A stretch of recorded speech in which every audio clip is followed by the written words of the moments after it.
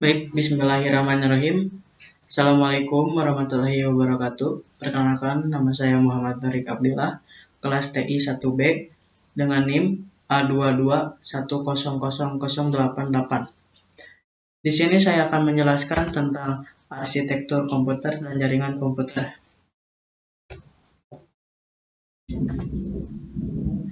Arsitektur komputer. Apa sih arsitektur komputer? Di sini kita akan mempelajari tentang arsitektur komputer, bagaimana bentuk arsitektur komputer, bagaimana fungsinya, dan bagaimana jenisnya. Kita mulai dulu dari arsitektur komputer. Oke. Arsitektur komputer adalah konsep, perancangan, serta struktur pengoperasian dasar dari sebuah sistem komputer. Arsitektur komputer juga dapat diartikan sebagai ilmu yang mempelajari tentang cara menghubungkan berbagai komponen perangkat keras hingga terbentuklah sebuah komputer. Oke. Nah, kita sekarang masuk ke jenis-jenis arsitektur komputer. Di sini ada beberapa jenis, ada SysD, ada SIMD, ada MISD, dan juga ada MIMD. Oke, dari keempat ini kita akan menjelaskan satu persatu, mulai dari SysD. SysD adalah singkatan dari Single Instruction Single Data. Jenis arsitektur komputer ini merupakan hasil rancangan von Neumann. Komputer dengan jenis SysD hanya memiliki satu jenis prosesor saja. Kita langsung ke SIMD, adalah singkatan dari Single Instruction Multiply Data. Berbeda dengan SysD, jenis arsitektur komputer ini memiliki sejumlah prosesor dengan instruksi sama, tetapi tiap prosesor tersebut mengolah data berbeda. MISD adalah singkatan dari Multiply Instruction Single Data. Komputer MISD memiliki banyak prosesor dengan instruksi berbeda, tetapi pengolahan datanya sama. MISD merupakan kebalikan dari jenis SIMD. Oke, dan terakhir adalah MIMD, adalah singkatan dari Multiply Instruction Multiply Data. MIMD memiliki banyak prosesor dengan instruksi serta pengolahan data yang berbeda. Jenis komputer yang memiliki MIMD bisa menjalankan beberapa aplikasi yang membutuhkan kinerja tinggi. Oke, sekarang kita lanjut ke fungsi arsitektur komputer. Arsitektur komputer berfungsi sebagai perancangan awal komputer dan dengan menggunakan bahasa pemrograman. Arsitektur komputer memiliki fungsi yaitu pertama ada perancangan awal komputer, kedua adalah mengontrol komponen yang ada di komputer, dan ketiga adalah membantu menentukan aplikasi atau program yang akan digunakan. Oke, kita bahas dari perancangan awal komputer. Perancangan awal ini artinya komputer disusun dan dirancang sebaik mungkin agar kinerjanya maksimal. Yang kedua adalah mengontrol komponen yang ada di komputer. Mengontrol komponen ini bertujuan agar kinerja komputer bisa berjalan dengan baik atau maksimal. Yang ketiga adalah membantu menentukan aplikasi atau program yang akan digunakan. Arsitektur komputer dapat membantu programmer dalam menentukan aplikasi atau program apa yang cocok dengan komputer tersebut, sehingga bisa disesuaikan dengan kebutuhan penggunaan dan berjalan dengan maksimal. Oke, kita lanjut. Bagian dari arsitektur komputer. Yang pertama ada ALU. ALU adalah Arithmetic Logic Unit. Yang kedua ada Control Unit. Yang ketiga adalah Memory. Yang keempat adalah Input dan Output. Kita bahas dulu dari ALU. Merupakan bagian dari mikroprosesor, fungsinya untuk melakukan hitungan aritmatika serta logika. Yang ketiga adalah Control Unit. Control unit ini adalah bagian dari komputer yang fungsinya untuk mengatur serta mengendalikan seluruh peralatan komputer. Ketiga adalah Memory. Memory merupakan media penyimpanan pada komputer. Tiap program dan data dalam komputer akan disimpan di dalam memori. Yang keempat adalah Input dan Output.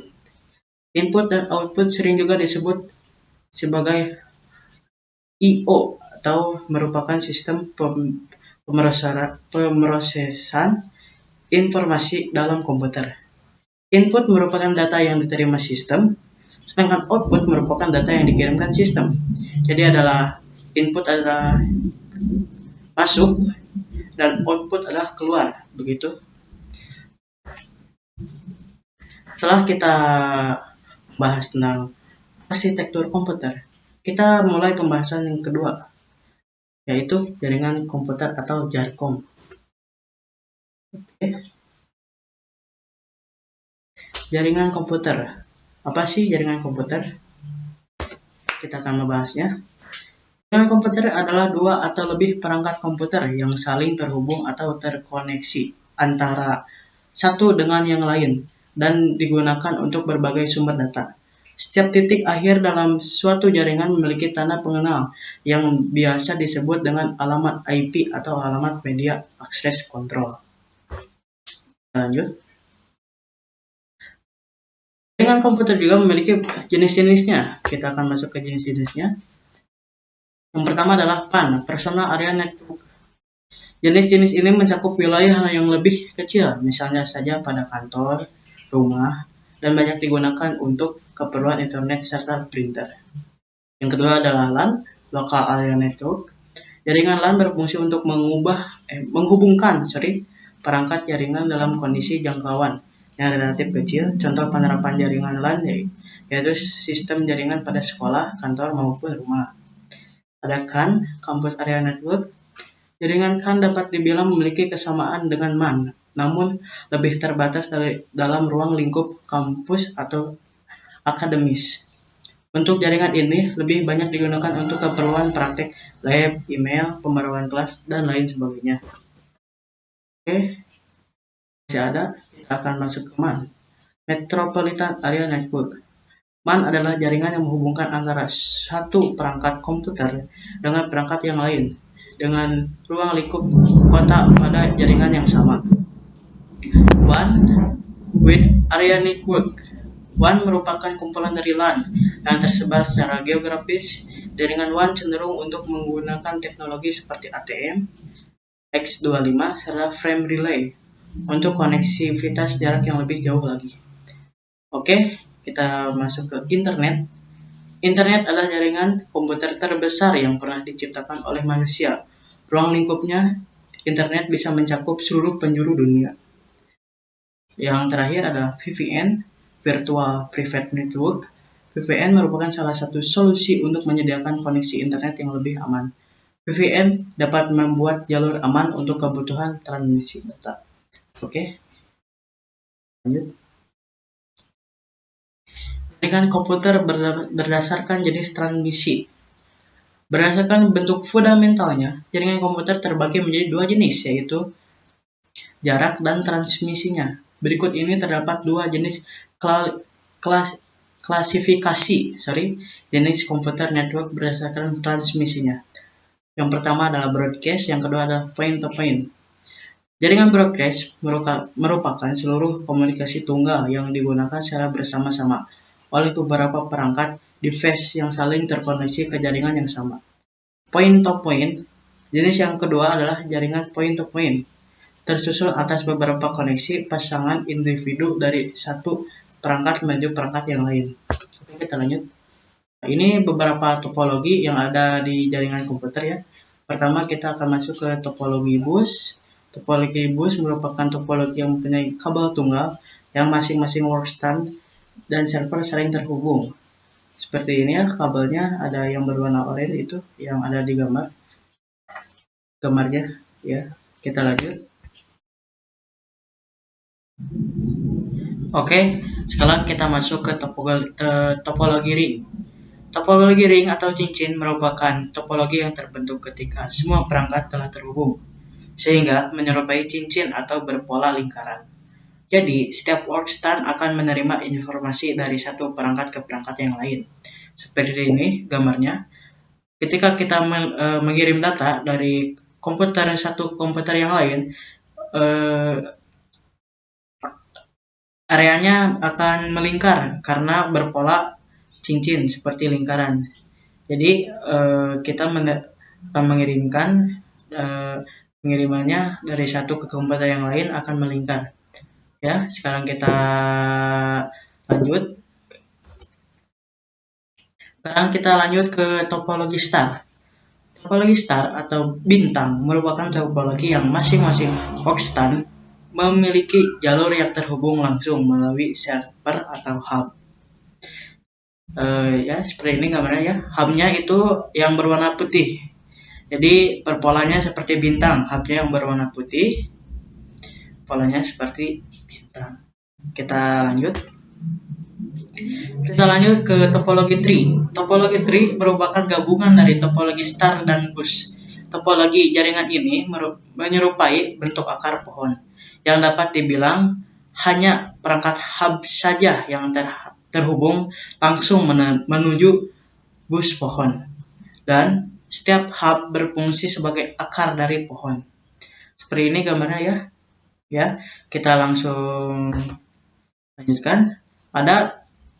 Terakhir adalah topologi mesh. Topologi mesh sering dipakai ketika terdapat suatu kondisi di mana tidak adanya hubungan komunikasi yang terputus secara absolut antara node dalam sebuah jaringan komputer. Antara perangkat akan terhubung secara langsung selama masih dalam jaringan yang sama. Oke, sekarang kita masuk ke macam-macam perangkat jaringan komputer. Kita mulai dari server. Server berfungsi sebagai tempat atau media untuk menyimpan informasi serta mengelola jaringan komputer. Yang kedua adalah NIC. NIC ya, Network Interface Card. NIC dapat disebut juga dengan LAN. Dengan LAN Card Activation Board yang digunakan supaya komputer dapat terhubung dengan jaringan. Yang ketiga adalah kabel jaringan. Kabel merupakan media untuk menghubungkan satu perangkat dengan perangkat yang lain. Yang keempat adalah hub dan switch. Switch merupakan perangkat jaringan komputer yang berfungsi untuk menghubungkan beberapa komputer secara fisik. Bentuk dari switch sama dengan hub. Jadi switch dan hub itu sama ya. Namun jika dilihat dari sisi logika, switch sama dengan bridge. Tapi kalau lihat dari sisi logikanya, switch sama dengan bridge. Oke, sekarang kita masuk ke router. Router adalah perangkat jaringan komputer yang berfungsi untuk menghubungkan jaringan LAN ke dalam suatu jaringan WAN serta mengelola lalu lintas dari data di dalamnya. Oke, sekian presentasi yang bisa saya sampaikan. Terima kasih. Mohon maaf bila ada kekurangan, bila ada ketidaknyamanan, mohon dimaklumi karena saya masih belajar. Assalamualaikum warahmatullahi wabarakatuh.